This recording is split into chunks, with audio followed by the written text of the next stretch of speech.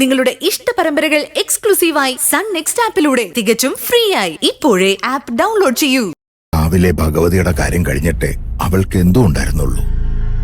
ഇന്നിപ്പോ അതൊന്നും അല്ലല്ലോ സ്ഥിതി. ഒക്കെ ആലോചിച്ചപ്പോ ഈ അമ്മൂമ്മ എന്താ ഇപ്പൊ ഇങ്ങനെ? എല്ലാ ദിവസവും കാവിലെ അമ്മൂമ്മയല്ലേ വിളക്ക് വെച്ചോണ്ടിരുന്നേ? ആ അമ്മൂമ്മ ഇപ്പൊ കാവിലോട്ട് പോവാറേ ഇല്ലല്ലോ. നിലവിളക്കിന് പകരം തീച്ചട്ടി മതി അമ്മൂമ്മയ്ക്ക്. മോളുടെ അമ്മൂമ്മ ഇപ്പോ ദുർമൂർത്തികളെ ആരാധിക്കുന്നത്. അതിന്റെ ഭവിഷ്യത്ത് മോളും കാണുന്നില്ലേ? ഇപ്പോ നമ്മളോട് ആരോട് സ്നേഹമില്ലാതായി തീർന്നിരിക്കുന്നു അമ്മൂമ്മ. അത് നേരാ. അമ്മൂമ്മ ഇപ്പൊ ഏതു നേരവും തീച്ചട്ടിയമ്മനെയല്ലേ പൂജിക്കുന്നത്. അങ്ങനെയാണെങ്കിലേ അമ്മൂമ്മ ആശ്രമത്തിൽ പോയി താമസിക്കില്ല ആര് കണ്ടു? ഇല്ല മോളെ, അങ്ങനെ ഒന്നും സംഭവിക്കില്ല.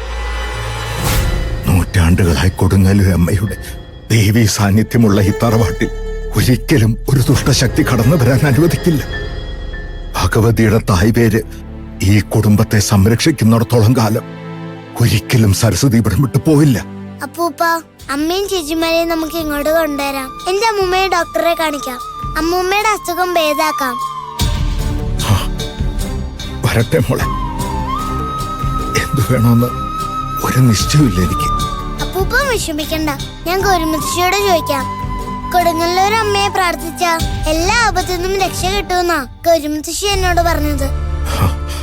അപ്പൂപ്പ, ഞാൻ ഗൗരിമുത്തശ്ശിയോട് ചോദിച്ചിട്ട് എന്താ വേണ്ടെന്ന് പറയാം.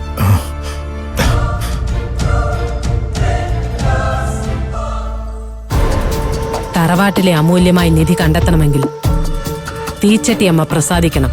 അതെ, അത് മാത്രമേ മാർഗമുള്ളൂ. അതിന് ഏത് പൂജയാന്ന് വെച്ചാ എത്രയും പെട്ടെന്ന് ചെയ്താ പോരെ? അതുകൊണ്ട് കാര്യമില്ല. തീച്ചട്ടി അമ്മ പ്രസാദിക്കണമെങ്കിൽ എത്രയും വേഗം ഒരു ബലി നടത്തുകയാണ് വേണ്ടത്.